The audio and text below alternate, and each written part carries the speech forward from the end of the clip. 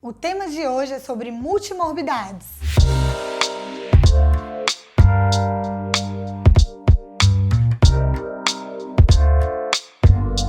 Que é a presença de duas ou mais doenças, que pode ser física, doença clínica ou psiquiátrica, no mesmo paciente. Com o envelhecimento da população, vai ser cada vez mais comum encontrarmos pacientes que se enquadram nesse perfil. E o maior acesso aos serviços de saúde, os pacientes vão viver mais tempo, mas com múltiplas morbidades. E isso vai fazer com que qualquer profissional de saúde e qualquer especialidade médica saiba cuidar e lidar desses pacientes. Porque vai acontecer o que chamamos de escalada da complexidade. Algumas situações vai ser importante referenciar, encaminhar esse paciente para o geriatra, que vai fazer uma coordenação, uma gerência desses casos, mas todos, cardiologista, nefrologista, endocrinologista, etc., precisam saber cuidar de idosos com várias doenças.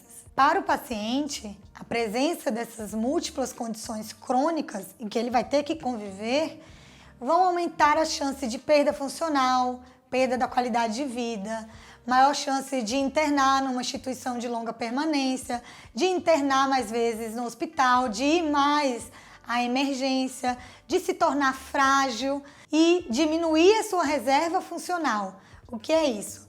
É aquele paciente idoso que vai ao consultório e está tudo bem, para a família está tudo bem, mas que diante de um fator estressor, como uma infecção, uma pneumonia, um distúrbio eletrolítico, uma queda, ele vai se descompensar totalmente, vai ficar bem grave, precisando ir para a UTI, e que muitas vezes o médico ou a família não consegue entender como esse paciente estava tão bem e aconteceu toda aquela cascata de problemas.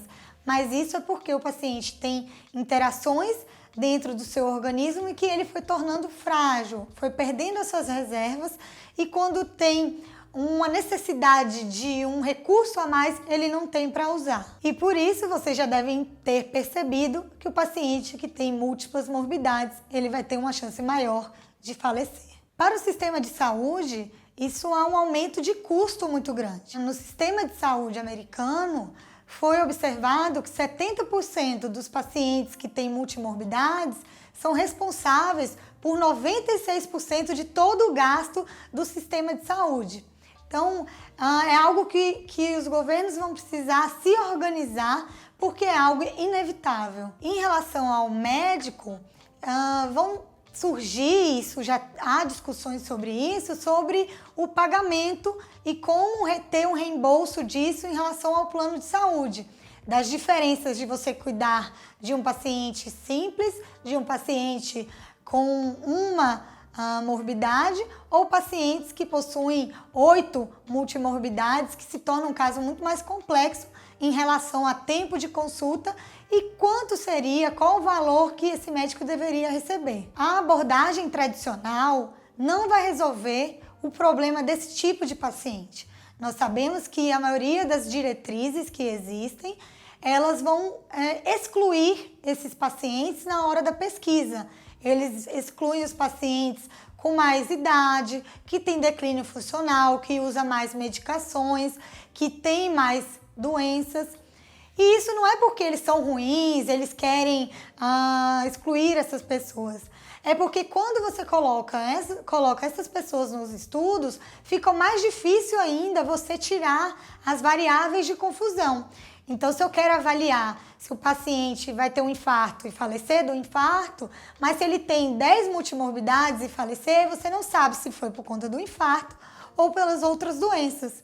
Então, fica mais difícil de avaliar, mas vai ser necessárias formas de pesquisa de incluir esses pacientes. Pensando dessa maneira, a gente vai entender que um paciente que tem 8 doenças e ele passar em 8 médicos diferentes, ele não vai ter seu problema resolvido.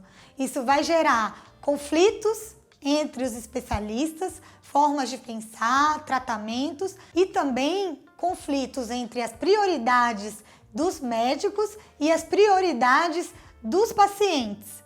Então ele vai procurar um médico e tem 8 doenças, mas para o paciente ele só quer resolver a dor no dedão do pé.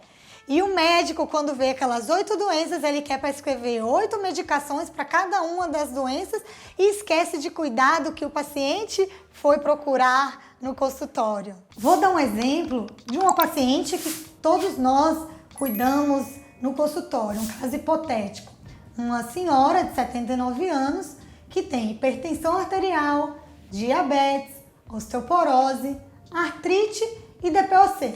Ela fumou ao longo da vida, ou ela, quando era mais jovem, teve contato com fogão a lenha e acabou desenvolvendo uma doença pulmonar. Numa estimativa hipotética, que foi realizada num estudo em 2005, essa paciente deveria utilizar 12 medicações e, seguindo o tratamento mais barato, que satisfizesse todas as diretrizes dessas doenças, ficaria aproximadamente em $400 por mês. Imagine esse custo transformado em reais e na nossa população, e esse dado é de 2005. Essa mesma paciente receberia 14 recomendações de autocuidado, educação, exercício que precisa ser feito, dieta que precisa fazer, exame que precisa fazer regularmente. Imagine o fardo para esse paciente, essa quantidade de medicação e essas recomendações. Esses pacientes, em geriatria, a gente costuma brincar como um lençol curto. Nós levantamos o lençol, descobre o pé. Abaixamos o lençol, descobre a cabeça. Então o lençol é curto porque você não consegue tratar todas as doenças ao mesmo tempo. Elas concorrem entre elas e em alguns momentos tem prioridades que vão se modificando. O que chamamos de estado de saúde flutuante. Então existem 8 doenças, vamos dar um exemplo.